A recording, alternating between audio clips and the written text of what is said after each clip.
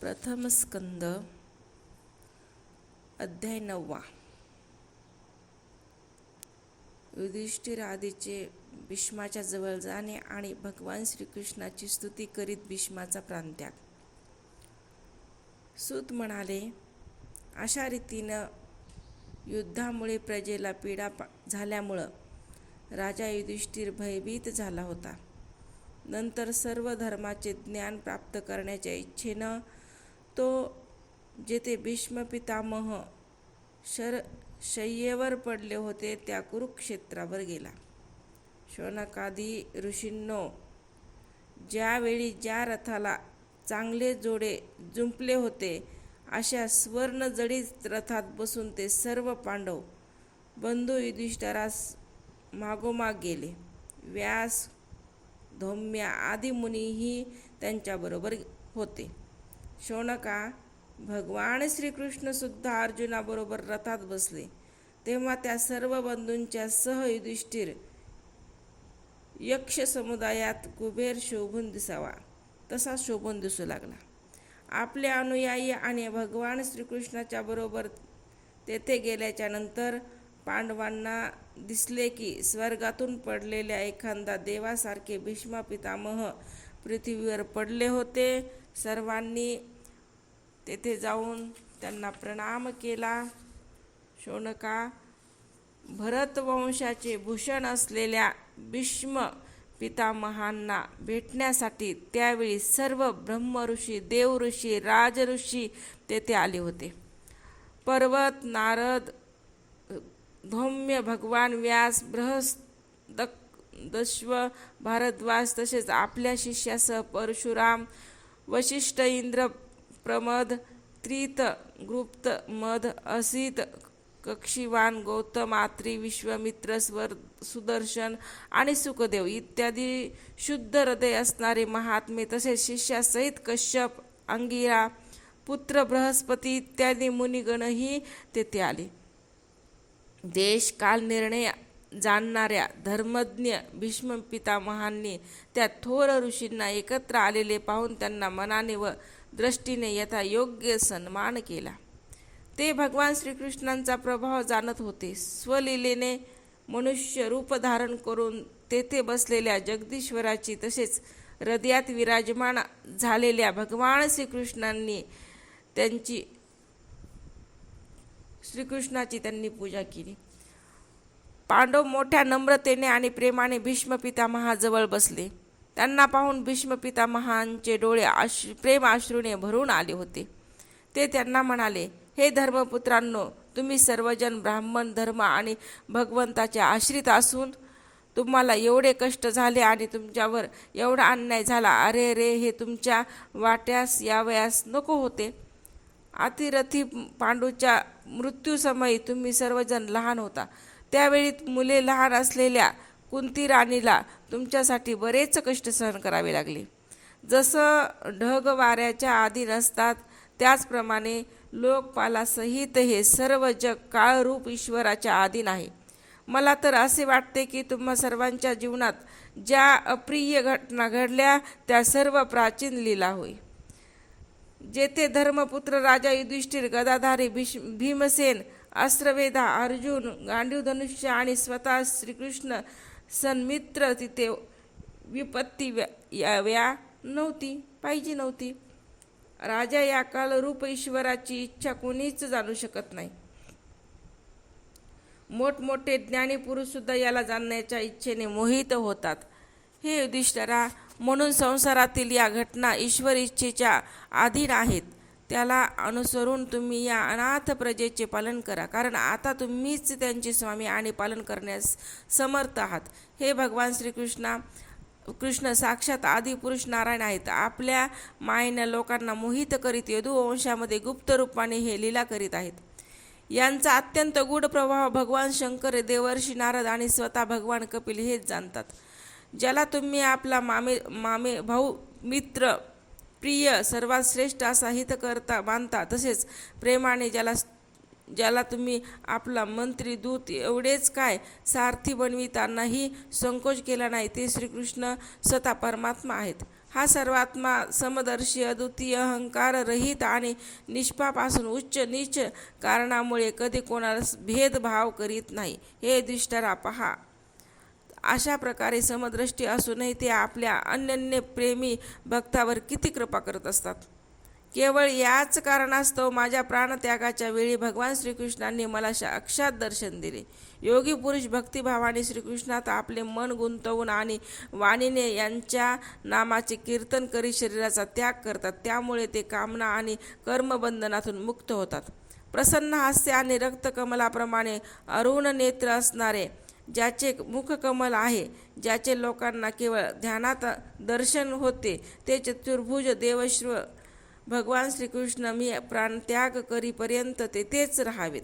सूत म्हणाले, शरशय्येवर पडलेल्या भीष्म पितामहांचे हे बोलणे ऐकून अनेक ऋषींच्या समोर युधिष्ठिराने त्यांना नाना प्रकारच्या धर्मासंबंधी विचारले. तेव्हा तत्ववेत्या भीष्म पितामहांनी वर्ण आणि आश्रमानुसार असणारे पुरुषाचे स्वभाव, विविध धर्म, वैराग्य व आसक्तीमुळे होणारे निवृत्ती आणि प्रवृत्ती रूप द्विविध धर्म, दान धर्म, राजधर्म, मोक्ष धर्म, स्त्री धर्म, भागवत धर्म यांचे वेगवेगळे संक्षेपाने आणि विस्तारपूर्वक वर्णन केले. शौनका, त्याचबरोबर धर्म, अर्थ, काम, मोक्ष हे 4 पुरुषार्थ ज्यांच्या प्राचीन साधने याविषयी अनेक उपाख्यान आणि इतिहास सांगतात, विभागतः वर्णन केले जाते. अशा प्रकारे भीष्म पितामह धर्म प्रवचन करीत होते.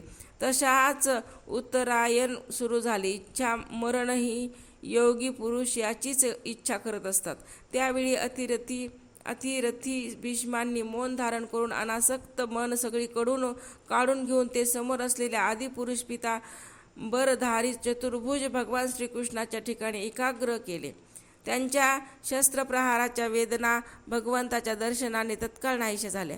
तसेच भगवत मूर्तीवर शुद्ध धारणा केल्याने सर्व अशुभही नष्ट झाले. आता शरीर त्याग करण्याच्या वेळी त्यांनी आपल्या सर्व इंद्रियांच्या वृत्तीचा विलास रोखून मोठ्या प्रेमाने भगवंताच्या स्तुतीस सुरुवात केली. भीष्म म्हणाले, माझी अत्यंत शुद्ध आणि कामविरहित झालेली बुद्धी मी मृत्यूसमयी युधवंश शिरोमणी अनंत भगवान श्रीकृष्णाच्या चरणी समर्पित करत आहे.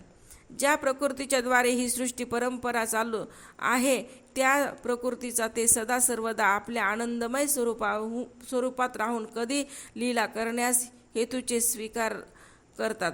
ज्याचे शरीर त्रिभुवनात सुंदर तसेच तमाल वृक्षाप्रमाणे सावळ्या वर्णाचे आहे, ज्यावर सूर्यकिरणा समान श्रेष्ठ पितांबर झळकत आहे, ज्याच्या कमलमुखावर कुरुळे केस भुरभुरू उडत आहेत, त्या अर्जुन सखा श्रीकृष्णावर माझे निष्काम प्रेम आहे. युद्धाच्या वेळी ज्याच्या चेहऱ्यावर भुरभुर उडणारे कुरुळे केस घोड्याच्या टपाच्या धुळीने माखलेले होते आणि धर्मबिंदू त्यावर शोभत होते, मी माझ्या तीक्ष्ण बाणांनी ज्यांच्या अंगावर प्रहार करीत होतो, त्या सुंदर कवचधारी भगवान श्रीकृष्णाच्या ठिकाणी माझे मन रममान हो. आपल्या मित्र अर्जुन यांच्या म्हणण्याप्रमाणे ज्यांनी ताबडतोब पांडव सेना आणि कौरव सेनेच्या मध्ये आपल्या रथ आणला आणि तेथे थांबून ज्यांनी आपला केवळ दृष्टीने शत्रुपक्षाच्या सैनिकांचे आयुष्य हिरावून घेतले, त्या धर्म सखा भगवान श्रीकृष्णावर माझे प्रेम निर्माण हो. अर्जुनाने जेव्हा लांबूनच कौरवाच्या सैन्यातील प्रमुख अशा आम्हाला पाहिले, तेव्हा स्वजनाचा वध हे पाप समजून ते युद्धापासून परावृत्त झाला. त्यावेळी ज्यांनी गीतेच्या रूपाने आत्मविद्येचा उपदेश करून त्यांच्या अज्ञानाचा नाश केला, त्या परम पुरुष श्रीकृष्णाच्या चरणावर माझी प्रीती जडो. श्रीकृष्णांना हातात शस्त्र घ्यावयास लावीन अशी मी प्रतिज्ञा केली होती. ती सत्य आणि श्रेष्ठ ठरवण्यासाठी त्यांनी आपली शस्त्र ग्रहण न करण्याची प्रतिज्ञा मोडून रथातून खाली उडी मारली आणि सिंह जसा हत्तीला मारण्यासाठी त्याच्यावर तुटून पडतो, त्याप्रमाणे रथाचे चाक घेऊन माझ्याकडे झेप घेतली. त्यावेळी ते इतक्या वेगाने पळत आले की त्यांच्या खांद्यावरील उपरणे खाली पडले आणि त्यामुळे पृथ्वी थरथर कापू लागली. आता ताई अशा मी तीक्ष्ण बाण मारून त्यांच्या शरीरावरील कवच तोडून टाकल्यामुळे त्यांचे शरीर रक्तबंबाळ होऊ लागले. अशा स्थितीत ते मोठ्या वेगाने मला मारण्यासाठी माझ्याकडे येत होते. तर असे भगवान श्रीकृष्णच माझे एकमात्र आश्रय आहे. अर्जुनाच्या रथाचे रक्षण करण्यासाठी डाव्या हातात घोड्याला लगाम आणि उजव्या हातात चाबूक घेतल्यामुळे सुंदर दिसणाऱ्या भगवान श्रीकृष्णाच्या ठिकाणी मरणासन्न असलेल्या माझी परमप्रीती निर्माण हो. युद्धात मरणारे वीर याच रूपाने दर्शन करीत राहिल्या कारणाने स्वरूप्य मोक्षाला प्राप्त झाले. ज्याची हावभावयुक्त सुंदर चाल आणि क्रीडा, मधुर हास्य, प्रेमपूर्ण दृष्टी यामुळे अत्यंत सन्मानित झालेल्या गोपी रासलीलेत जेव्हा ते श्रीकृष्ण अंतर्धान पावले तेव्हा प्रेमोन्मादाने धुंद होऊन ज्याच्या लीलांचे अनुकरण करून तन्मय होऊन गेल्या त्या भगवान श्रीकृष्णावर माझे परमप्रेम राहो. युधिष्ठिरांच्या राजसूय यज्ञाच्या वेळी मुनी आणि मोठमोठे राजे लोक उपस्थित असलेल्या सभेत ज्या दर्शनीय भगवान श्रीकृष्णांची अग्रपूजा झाली होती ते सर्वांचे आत्मा असलेले प्रभू माझ्या समोर उभे आहेत. जसा एकच सूर्य अनेकाच्या नेत्रांना अनेक रूपामध्ये दिसतो तसे स्वतःच निर्माण केलेल्या अनेक प्राणाच्या हृदयात ते अनेक रूपांनी भासतात. वास्तविक ते एकच आहेत. त्या भगवान श्रीकृष्णांना मी भेदभ्रमाने रहित होऊन प्राप्त झालो आहे. सूत म्हणाले, अशा प्रकारे भीष्माने आपले मन, वाणी आणि दृष्टी यांच्या वृत्तीने आत्मस्वरूप भगवान श्रीकृष्णामध्ये स्वतःला लीन करून घेतले. त्याचे प्राण तेथेच विलीन झाले व शांत झाले. त्यांना अनंत ब्रह्मात लीन झाल्याचे पाहून दिवस मावळल्यावर पक्ष्यांचा कलकलाट थांबतो त्याप्रमाणे सर्वजण स्तब्ध झाले. त्यावेळी देवता आणि मनुष्य नगारे वाजवू लागले. साधू स्वभावांचे राजे त्यांची प्रशंसा करू लागले. आकाशातून पुष्पवृष्टी होऊ लागली. हे शौनका, युधिष्ठिरांनी त्यांची अत्यंत क्रिया करविली. त्यावेळी काही वेळ ते शोकमग्न झाले. त्यावेळी मुनिवर यांनी मोठ्या आनंदाने भगवान श्रीकृष्णाची रहस्यमय नावांनी स्तुती केली आणि कृष्णमय हृदय झालेले ते आपापल्या आश्रमात परत गेले.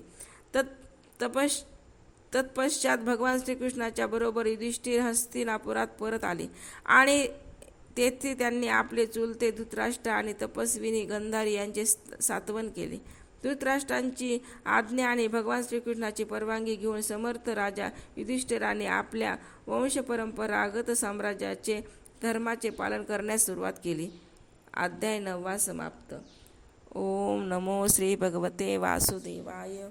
ओम नमो श्री भगवते वासुदेवाय. ओम नमो श्री भगवते वासुदेवाय.